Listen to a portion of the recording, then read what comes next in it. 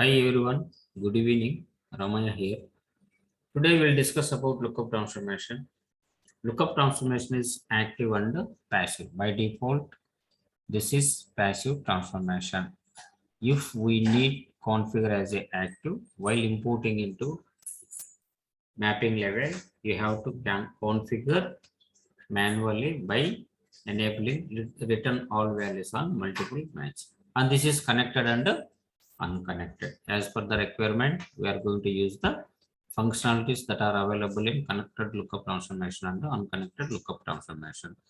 Lookup transformation is going to use on multiple objects as per the requirement. Okay, you can use the lookup transformation on tables, files, and applications. Here we have four kind of ports that are available. One is input port, output port, lookup port, and return port. Okay, so input port, output port are ports are common. Okay, when compared with other transformation also.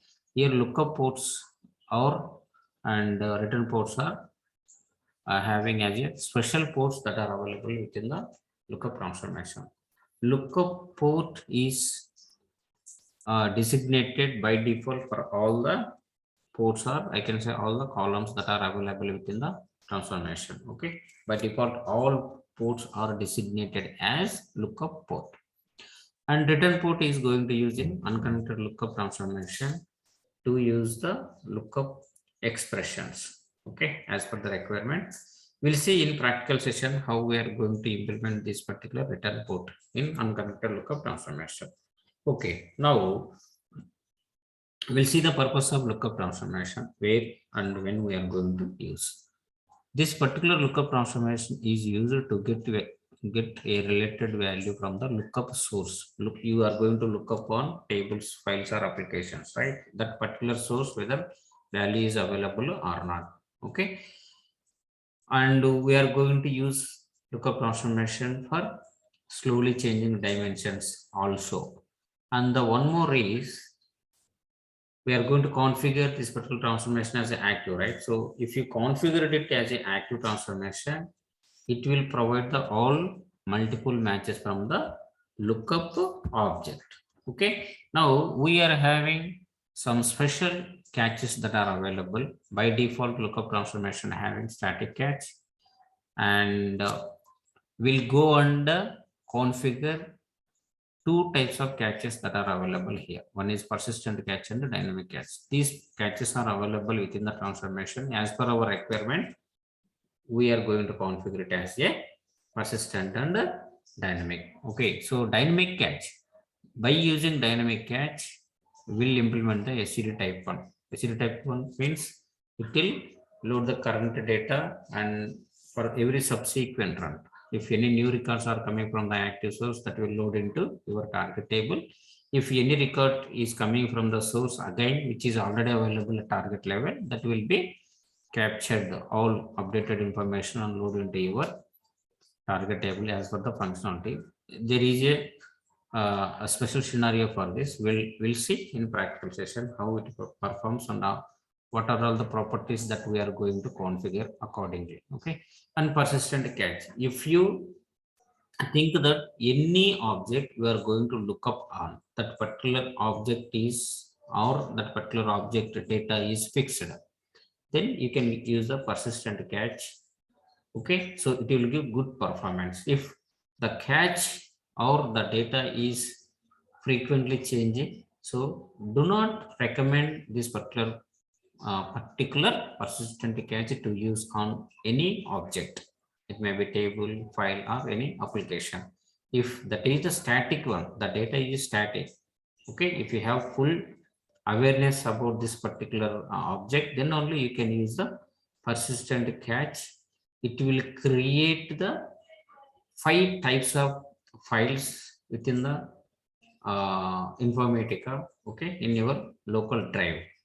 For first time, it will take time. For every subsequent run, it will try to help you less amount of time to give you the result based on your requirement. Okay, so there are 5 files will create whenever you are going to configure with persistent cache. Okay, 2 files are for data cache and 2 files are for index cache. 2 4 files. Okay, for 4 files, one more log file will be created automatically in your local drive. That we'll see in practical session how it will configure, and we'll see the performance of that particular persistent cache. Okay, and the same persistent cache we are going to reuse within the folder or within your project related folder. Okay, if you are going to configure the same kind of requirement, it means that the one which you are already created the persistent cache, same functionalities you are going to implement in another mapping within the folder. The one which you are already provided that particular prefix file name, you can reuse it automatically. The cache will be reused from the original mapping to your current mapping. Okay, here you are going to save some time management. Okay, and based on connectivity, we have connected and unconnected lookup transformations. Okay, now as I mentioned in the earlier sessions also, we have two types of caches memory. Okay, one is index cache and data cache.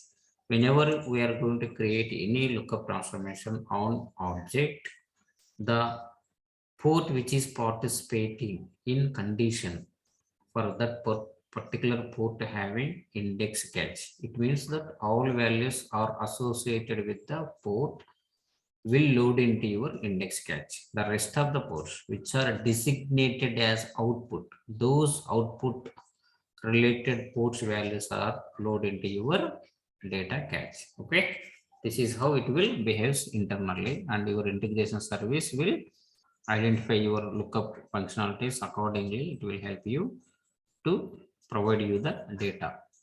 And lookup transformation by default as behaves as a left outer join only. It supports the AND operator along with the multiple lookup conditions. Not only single lookup condition, as per the requirement, you can give multiple lookup condition. It will help you along with the inequality comparisons also. Okay, whenever it is going to check any value based on the conditions on the object, if value is identified, it will return as a not null. If there is no value is available, it will return as a null. Okay, now let me see one simple example how we are going to implement this one. Okay, go to Informatica. Okay, I will create one simple static cache related mapping, so that you will get some idea. Okay, how we are going to configure it. So in next sessions, we'll try to implement dynamic cache and persistent cache as well. Okay, now go to any folder, open it. So I'm going to open mapping designer. See, create new mapping underscore static lookup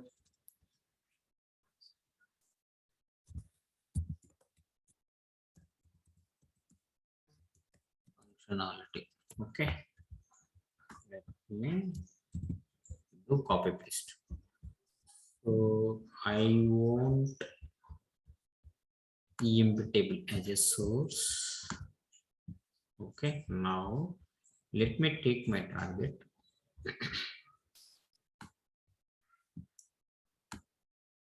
Okay, here what is my requirement?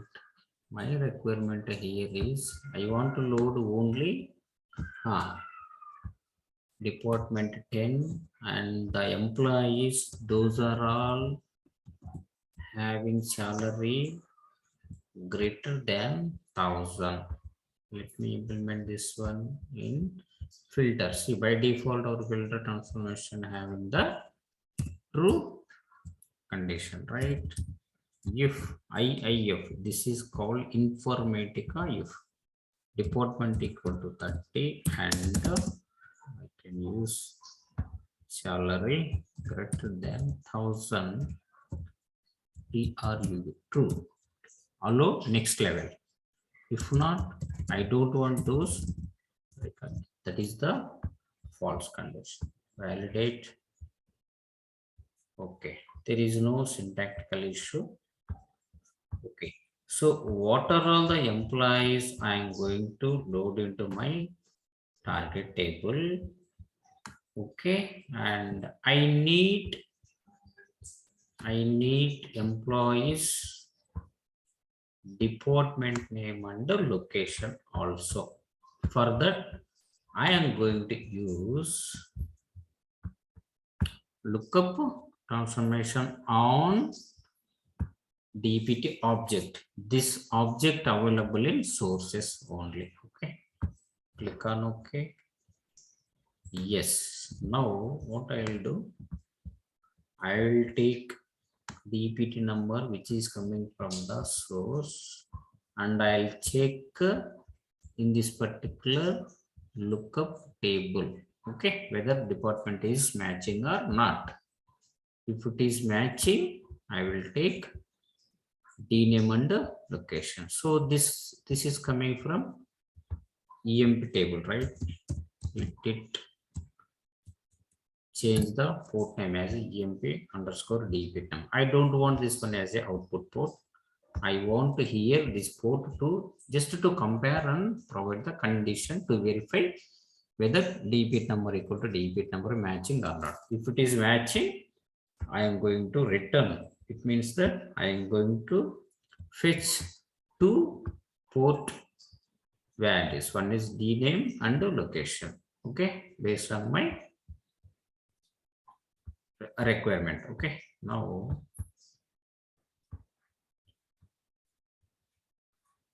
so this is my target table. Take EMP number, ename job from the filter transformation and dname. I want this dname from source only. Okay. And what is the another port that I have? Salary. Okay, these values are coming from source. Okay, these values are coming from source. After verifying department number from EMP table, okay, to this particular lookup table, I need dname into my target table and location into my target table. I want to see the employees location from where they are working and they are related to which department. Okay, this is my requirement. I just configured lookup transformation. Okay, let me give connection information also here. See, this is Oracle and source object, right? I have provided. See, lookup table name is DPT. I'm looking up on this particular object only as source. Click apply, click OK.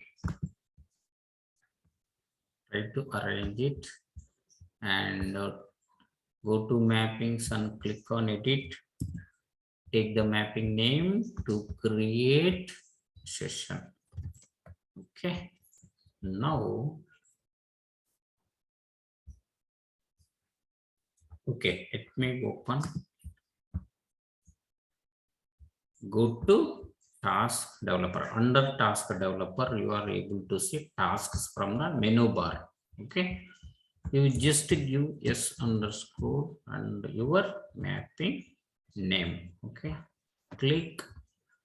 Where is my mapping name here? See, each session having or configured one or single mapping only. It will not take more than one mapping. Okay, if you want to see by mistake, if you are going to configure wrongly, you just identify here also. Okay, it will give you the mapping name, the one which you configured. Okay, then go to mapping tab to give the connection information. This is my relational reader. Let me assign the appropriate connection information. Okay, this is for source. Okay, let me give, yeah, again my target also relational reader, writer. Okay, and you can give the appropriate connection. For now, I am going to mark this target load type as normal. Okay, and let me configure truncate target table as option also. Click apply, click OK. What it will do, it will truncate the previous data and it will route the current data into my target table.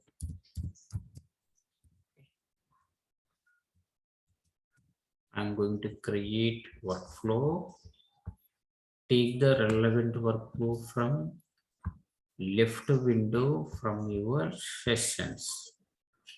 Okay, which one I created? This is the one, right? Yeah. Take the link task and you can configure it. Once done, go on the start workflow. Okay, till open in your monitor. See,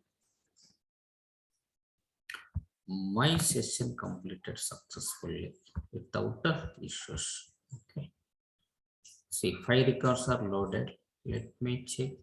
Okay, select star from, take the target name trg_emp_dpt. trg underscore emp_dpt is my target table.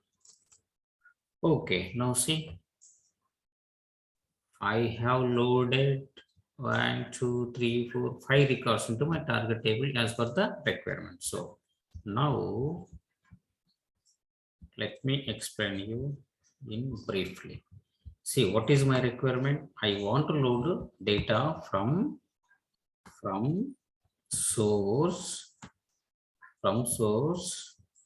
with the help of filter and router. So requirement, based on requirement, you have to choose which transformation will help you to fulfill your requirement. Okay, so I have a source data. Okay,